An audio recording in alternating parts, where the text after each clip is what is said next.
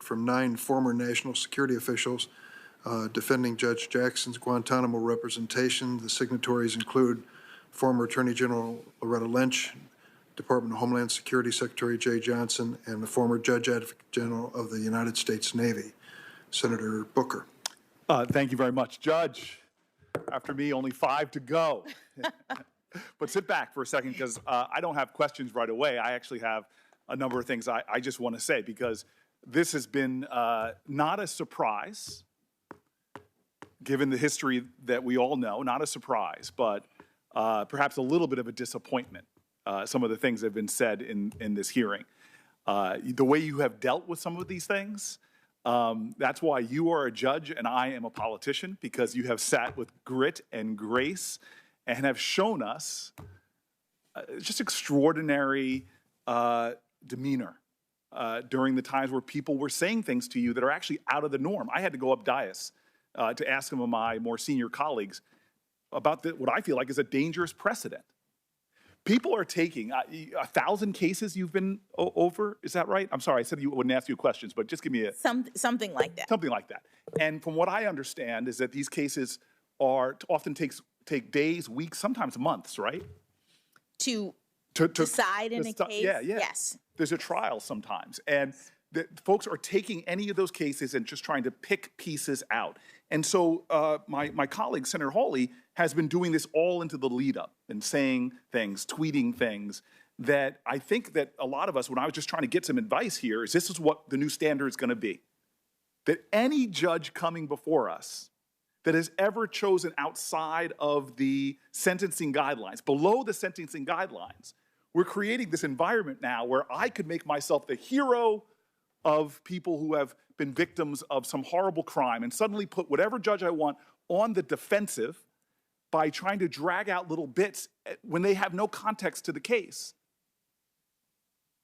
None of the facts. They're seeking to exploit the complexities of a criminal justice system, the reason why we have a third branch of government.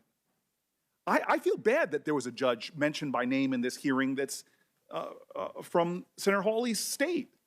What is that judge going to think next time they have a complicated sexual abuse case that comes before them, and they know that they could possibly be called out if they go below the sentencing guidelines, which I showed you yesterday in my lack of chart. If you remember, I was uncharted. But that you are deciding completely in the norm. 70+% in many states of people are doing just like you did. But I'm a Democratic senator. I've never quoted from this very well-respected conservative periodical. This is the National Review. Very well-respected. They're not necessarily something I agree with all the time. But here's what the National Review, this is the title. Senator Hawley's disingenuous attack against Judge Jackson's record on child pornography. I'll just read the first paragraph. I would oppose Judge Ketanji Brown Jackson because of her judicial philosophy for the reasons I outlined last week. I addressed that in a separate post.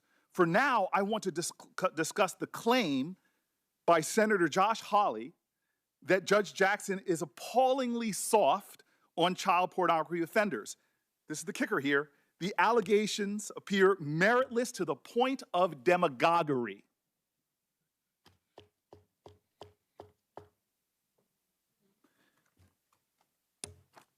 I got letters from leaders of victims' rights groups, survivors of assault, all saying sort of the same thing with the National Review. Feel proud about yourself. You brought together right and left in this calling out of people that will sit up here and try to pull out from cases and try to put themselves in a position where they're the defenders of our children. To a person who has children, to a person whose family goes out in streets and defends children. I mean, this is a new low. And what's especially surprising about this is it didn't happen last year. You were put on a court that I'm told is considered like the second most powerful court in our land. And you were passed with bipartisan support. Nobody brought it up then. Did they not do their homework? Were they lax? Did they make a mistake? I wonder, as they ask you the question, do you regret? I wonder if they regret that they didn't bring that out. No. Why? Because it was an allegation that is meritless to the point of demagoguery. You are, I don't mean this in any way, because if anybody called me average, I would be upset, but you are a mainstream judge. Your sentencing, I've looked at the data, falls in the mainstream on everything from child sexual assault to all the other issues that people are trying to bring up. Some of these things that are being cast at you, that you called George Bush a war criminal, come on, that is painful. Especially because, as you said, the brief change, these are names that you have to put in. And we're talking about a real issue that goes to the core of our values, torture. Barack Obama was named once Bush left office. There is an absurdity to this that is, it is almost comical if it was not so dangerous. Because the next time a judge comes before us on the right or the left that has a body of work like you do, gosh, one of the some performance artists on our side could pull out one of the cases where they were below the sentencing guideline. Say, for example, it was on something like as horrific as rape that we all agree is horrific. And they can suddenly put themselves as the defense. How dare we put someone who's soft on crime? Well, are you soft on crime? God bless America. I got this great text. I've become really good friends with the folks at the FOP from my negotiations. And this was my favorite text. You all got to get this. I think my brother Kennedy might get a kick out of this. He goes, things that are uncountable, stars in the sky, grains of sand on the beach, and the number of times Democrats will mention that the FOP endorsed Judge Jackson in this hearing. But let me mention it again. Just in case my people say you're rough on crime folks really want to try to make that stick. You were endorsed by the largest organization of rank and file police officers. You were endorsed by the bosses, the largest organization of chiefs of police. And you were endorsed by Noble, who I hope people find out more about that organization. You got uncles that are officers. You got a brother, not just an officer, who went to serve after 9/11. Your family's not soft on terrorism. He went out there to capture and kill and defend this country from terrorists. I actually sitting back here and finding this astonishing, but then I do my homework. I love that my colleague brought up Constance Baker Motley. You know, when she was getting to the floor of the Senate, they were trying to stop her with outrageous accusations. You know what the accusation was back then? She was a communist. Dragging up stories, trying to throw anything that they might stick. But this is what you and I know. Any one of us senators could yell as loud as we want that Venus can't return a serve. We could yell as loud as we want that Beyonce can't sing. We could yell as much as we want that astronaut Mae Jemison didn't go all that high. But you know what? They got nothing to prove. As it says in the Bible, let the work I've done speak for me. Well, you have spoken. You started speaking as a little girl, watching that man right there try to raise a family and study law while your mama supported everybody. You spoke in high school when you started distinguishing yourself. And you know what you said when they told you you couldn't go to Harvard? Watch me. I went to law school. I didn't serve on the law review. You did. I didn't clerk at every level of the federal court. You clerked for a Supreme Court justice, one widely respected on both sides, which really shaped you. You left there and you went to private practice, and you know what you found? This is what you told me. That you had those tough choices that working moms have to make, the demands of a private law firm, raising your kids. It just didn't add up. You went before the Senate 3 times in a bipartisan manner. God bless America. We don't do that much stuff bipartisan around here. You became a public defender because you wanted to understand all aspects of the law. Who does that? We live in a society that's very materialistic sometimes, very, very consumeristic. Do people become public defenders for the money? No. Your family and you speak to service, service, service. And I'm telling you right now, I'm not letting anybody in the Senate steal my joy. I told you this at the beginning. I'm embarrassed. It happened earlier today. I just look at you and I start getting full of emotion. I'm jogging this morning, and I'm at the end of the block I live on. And I get terrified because I put my music on loud when I'm jogging, trying to block out the noise of the heart attack I'm having. And this woman comes up on me, practically tackles me, an African-American woman. And the look on her eyes, she just wanted to touch me because I'm sitting so close to you, and tell me what it meant to her to watch you sitting where you're sitting. And you did not get there because of some left-wing agenda. You didn't get here because of some dark money groups. You got here how every black woman in America who's gotten anywhere has done, by being like Ginger Rogers said, I did everything Fred Astaire did, but backwards in heels. And so I'm just sitting here saying, nobody's stealing my joy. Nobody's going to make me angry, especially not people that are called in a conservative magazine demagogic for what they're bringing up that just doesn't hold water. I'm not going to let my joy be stolen because I know you and we appreciate something that we get that a lot of my colleagues don't. I know Tim Scott does. When I first came to this place, I was the 4th black person ever popularly elected to the United States Senate. And I still remember a lot of mixed people, white folks, black folks work here, but at night when people are in line to come in to clean this place, the percentage of minorities shift a lot. And so I'm walking here, first week I'm here, and somebody who's been here for decades doing the urgent work of the Senate, but it's the unglamorous work that goes on no matter who's in offices. The guy comes up to me, all he wants to say, I can tell, is, I'm so happy you're here. But he comes up and he can't get the words out. And this man, my elder, starts crying. And I just hugged him. And he just kept telling me, it is so good to see you here. It's so good to see you here. Thank you, thank you, thank you. I love my brother Tim Scott. We could write a dissertation on our disagreements. He gave the best speech on race. I wish I could have given good of a speech. But talking to the challenges and indignities that are still faced. And you're here. I was in the White House with my Democratic colleagues, and I'm in my joy. I can't help it. and the president's asking our advice, who should we nominate and whatever. And I look at Kamala, and we have a knowing glance, which we've had for years when she and I used to sit on this end of this committee at times. And then I try to get out to the president what it means. What it means.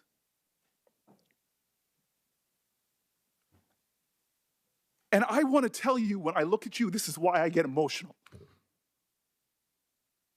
I'm sorry, you're a person that is so much more than your race and gender. You're a Christian, you're a mom, you're an intellect, you love books, but for me, I'm sorry, it's hard for me not to look at you and not see my mom, not to see my cousins, one of them who had to come here and sit behind you. She had to have your back. I see my ancestors and yours. Nobody's going to steal the joy of that woman in the street or the calls that I'm getting or the texts. Nobody's going to steal that joy. You have earned this spot. You are worthy. You are a great American. Your hero is Constance Baker Motley. Mine, she has sat on my desk for my offices that I've held. She's my icon of America. Her name is Harriet Tubman. There is a love in this country that is extraordinary. You admitted it about your parents. They loved this nation, even though there were laws preventing them from getting together. When they were loving, there were laws in this country that would have prevented you from marrying your husband. It wasn't that long ago, it was last generation. But they didn't stop loving this country, even though this country didn't love them back. And what were the words of your heroes and mine? What did Constance Baker Motley do? Did this country that she saw insult and injuries, when she came out of law school, law firms wouldn't even hire her because she was a woman. Did she become bitter? Did she try to create a revolution? No, she used the very constitution of this nation. She loved it so much, she wanted America to be America. As Langston Hughes wrote, "Oh, let America be America again."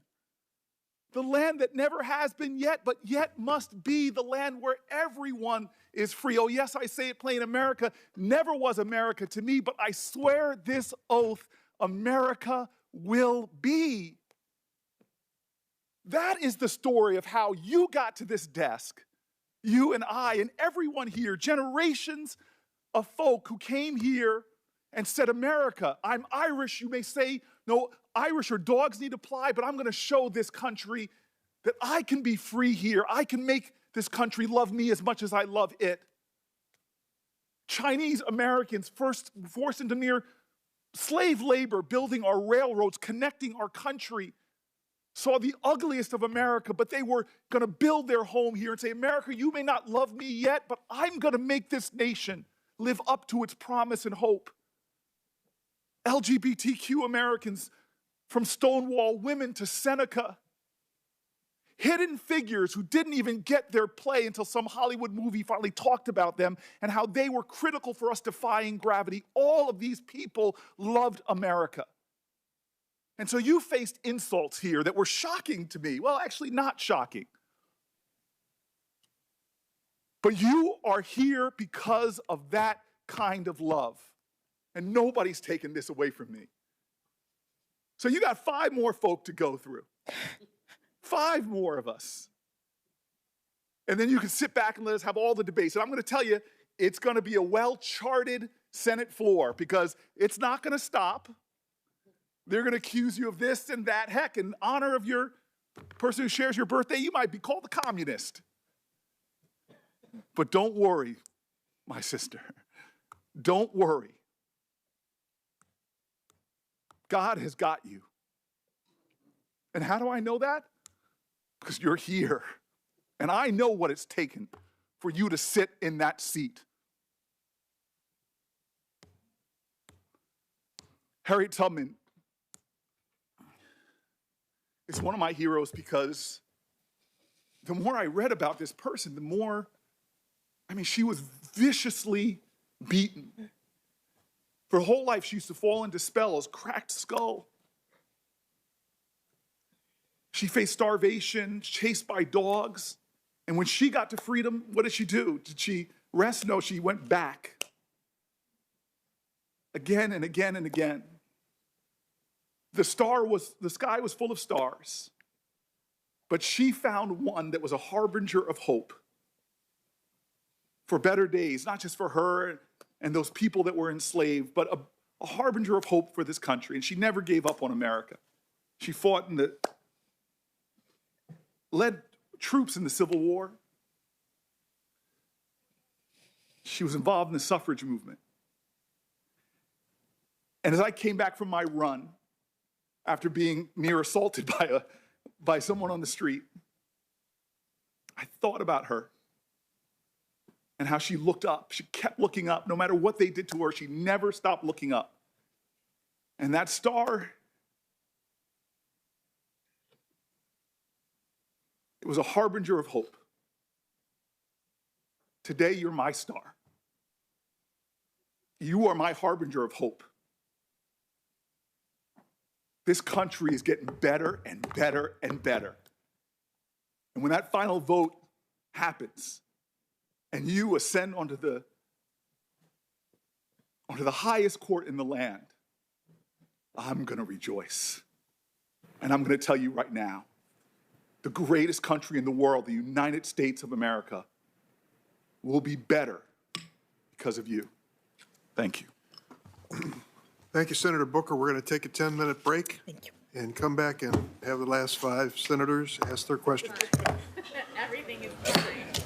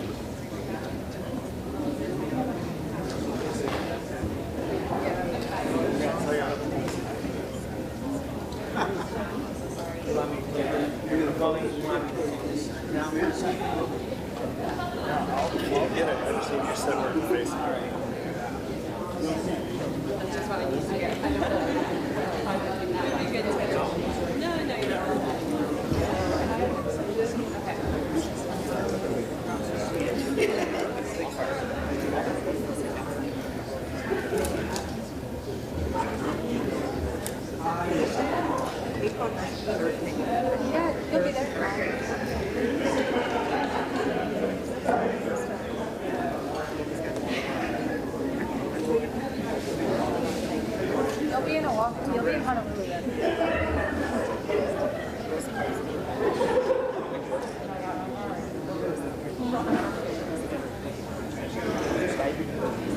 Oh my gosh. What you eat? I mean,